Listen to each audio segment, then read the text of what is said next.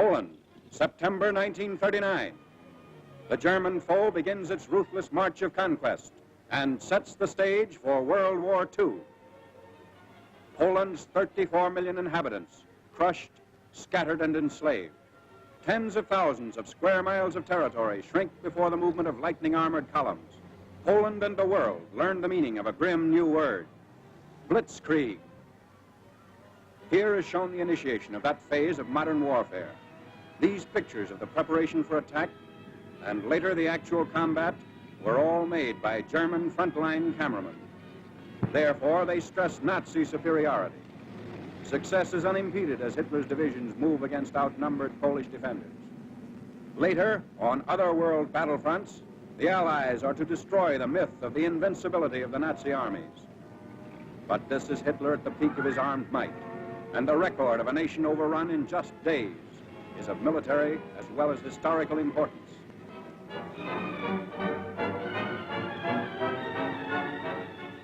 The spark is set off in the free city of Danzig.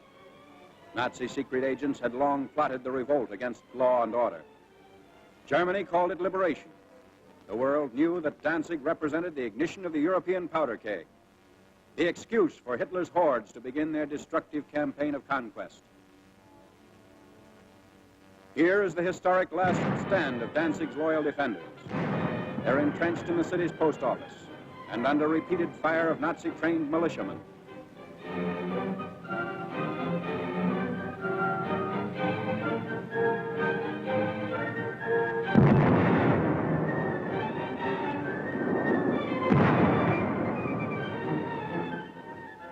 Taking cover behind an advancing tank, the attackers move in.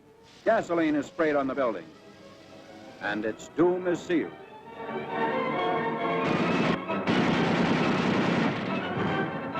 On September 1st, Danzig is incorporated into the Reich, and all Europe is aflame.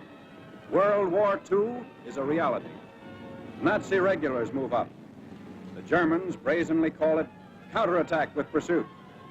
The civilized world knows it as the unleashing of unheard-of military might.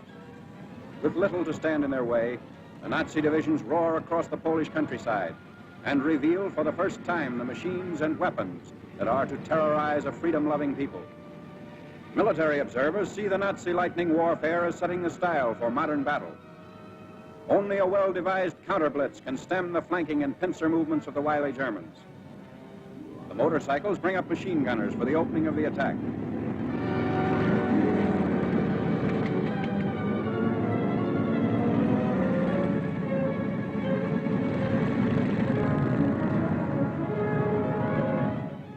Camouflage is used to best advantage.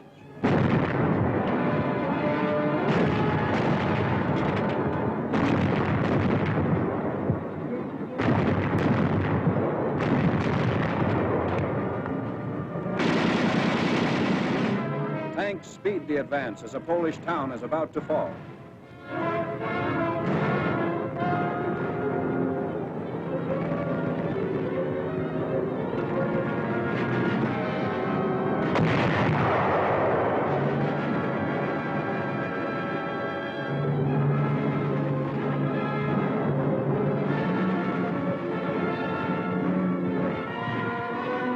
Before the day is out, the Nazis have occupied the town, which is still burning and in complete ruins.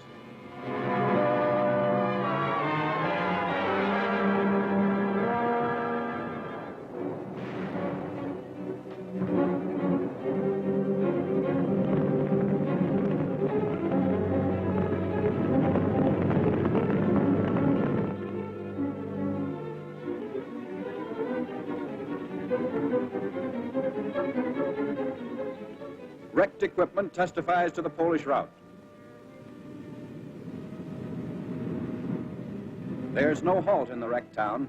The military timetable calls for the rushing up of troops for more blitz attacks. The German strategy is to isolate Polish forces as quickly as possible. So the Nazi columns move according to prearranged schedule. 30 to 37 miles per day is the German claim.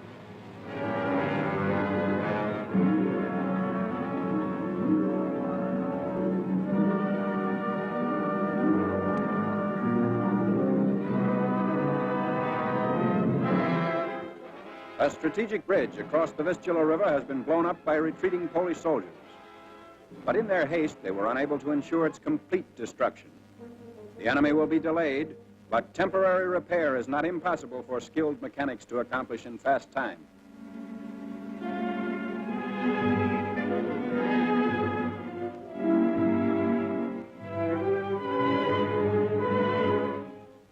A German sapper detachment sent ahead of the fighting unit goes to work.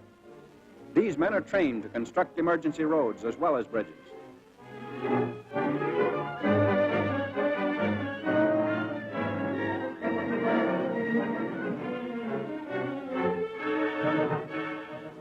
The hastily constructed span is quickly put to use by the advancing Nazis.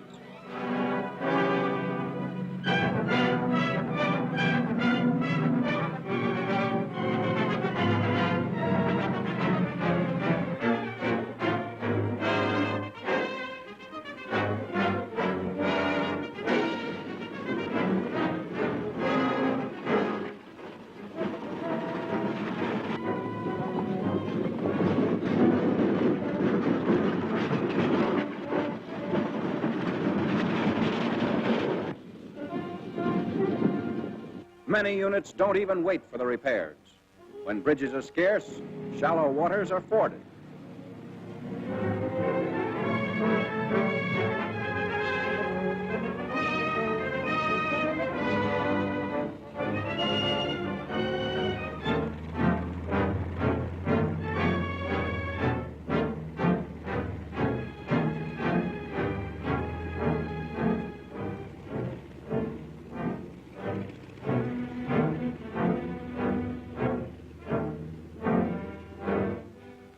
The blitz-minded German generals even defy fatigue.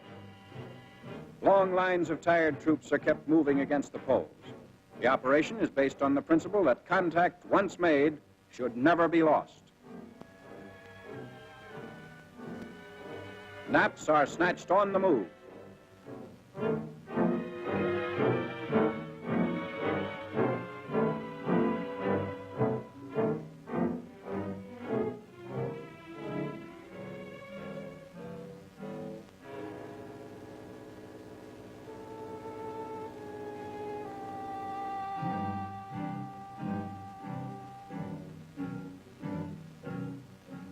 Complete halt comes only during the lull between battle movements.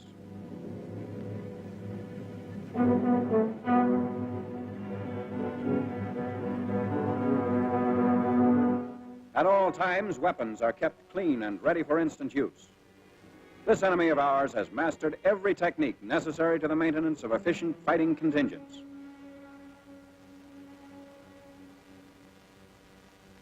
The Polish harbor of Gdynia. For the defense of this vital seaport, the Poles have sunk ships to block the entrance of German warships.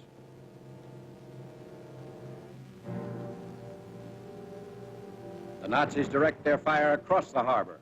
Military and naval forces are cooperating to bring about complete destruction of Polish defense installations.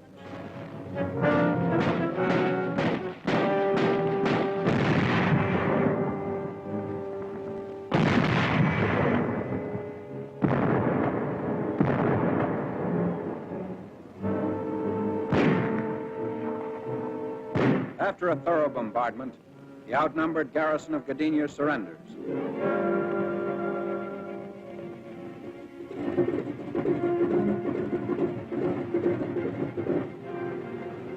The Nazi air arm plays a major role in the wanton destruction of Polish territory. The method is now a familiar one. First reconnaissance planes go aloft to secure valuable photographic data. The aerial pictures will show the movement and position of Polish troops, and also the undefended sectors that will supply easy targets for Nazi bombs.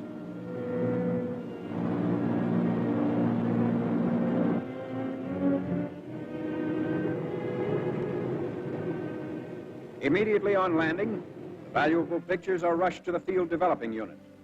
Germans have stated that information thus revealed has formed the base for much of their decisive military operations in Poland. This photograph reveals a truck convoy, closely bunched at a crossroad. If proper distance and interval had been kept between vehicles, they would not be the target shown here.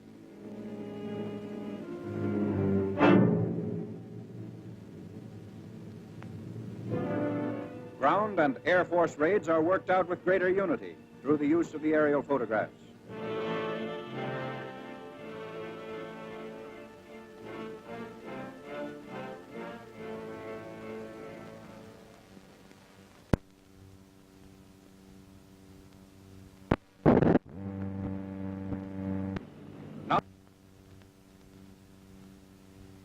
The preparation for attack by German fighter planes and bombers. Cases of bombs are continually unpacked, ready to supply the big ships as they land and take off again.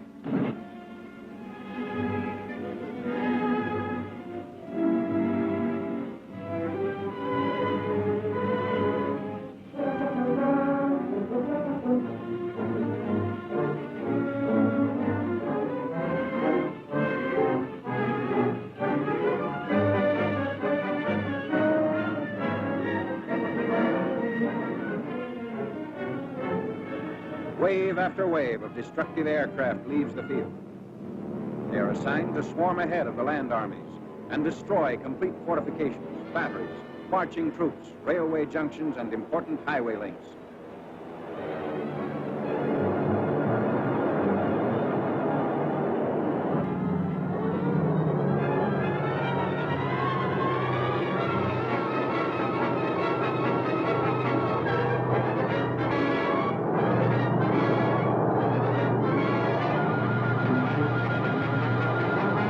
From the air, Germans are cutting off all avenues of escape for the Poles, who are now trapped in several pockets.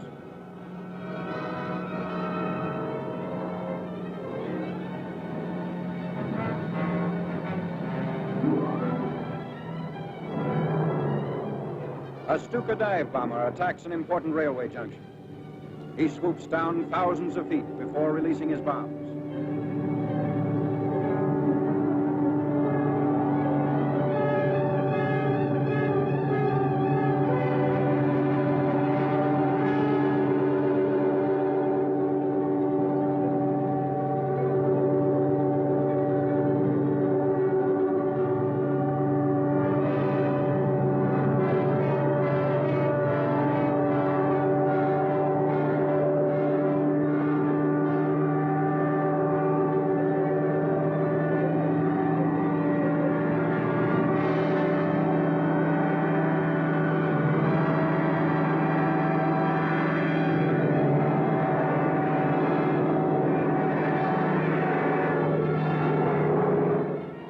His hair-raising speed is stopped as he straightens out, barely 600 feet above the target.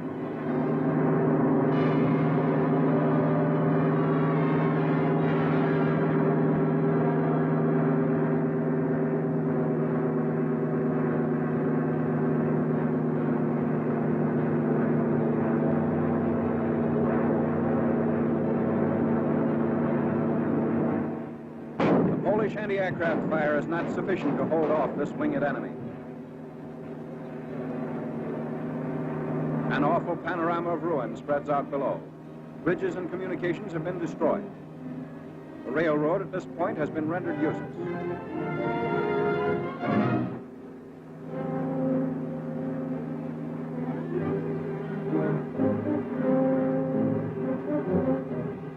Nazi bombs also knock out the heavy armored cars which the Polish army had hoped would see effective action against the enemy.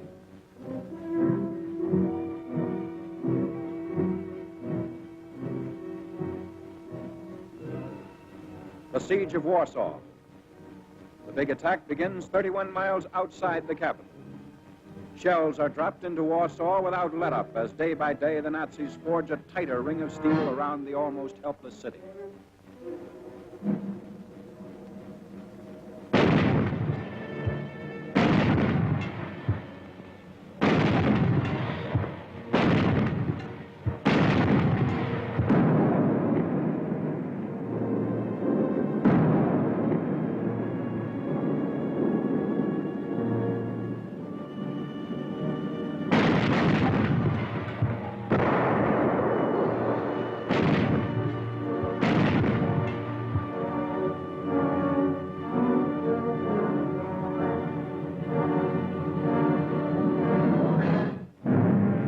Hundreds of fires in the city send up huge clouds of smoke.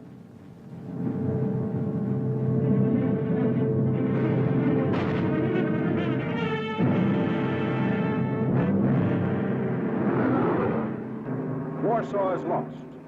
A vicious Nazi attack has left the city in ruins. The Blitzkrieg has won the first round. In less than 30 days, Poland has fallen. Warsaw's final surrender comes on September 27th.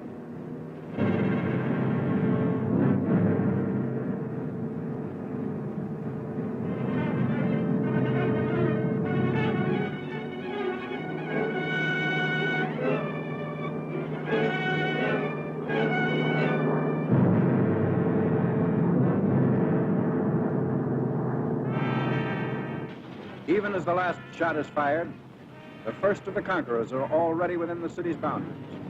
Here again, the wreckage testifies to the fury of the Nazi assault.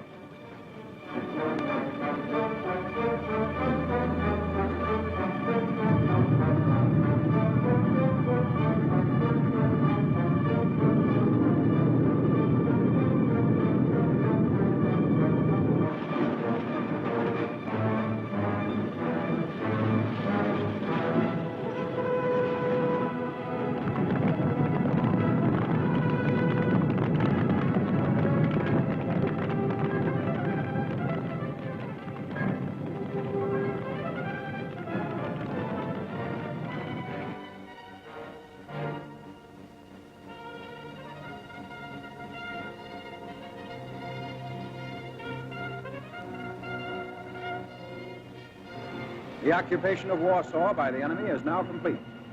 The Poles have fought bravely against this foe, but were overwhelmed by the sheer superiority of numbers and fighting equipment. Polish defenders come up to surrender their arms. Germans claim sizable quantities of guns and ammunition taken throughout the country. There was no time for the Poles to destroy their weapons. So quickly did the Nazis move in and dominate each position.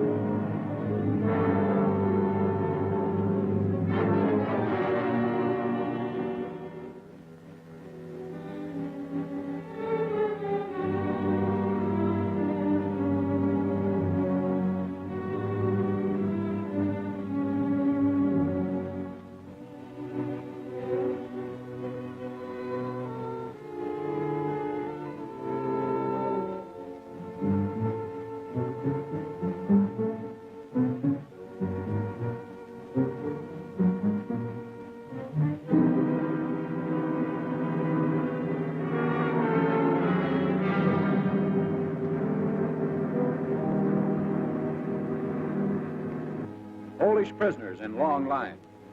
500,000 is the estimated total figure.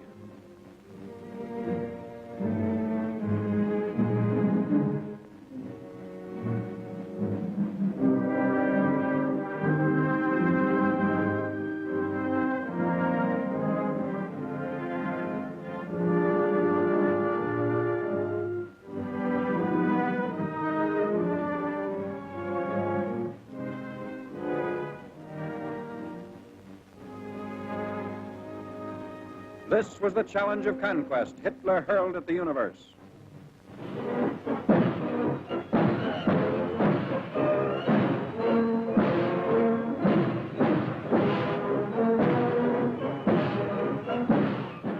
Arrogant, well-trained, the Nazis marched through Warsaw's streets. The world was permitted to view this display of military pomp and expected to bow before Germany's might. But the events of years following Poland's setback were to tell another story. The Allies are fighting to prove that these goose-stepping legions are not supermen, that the events of September 1939 shall never happen again.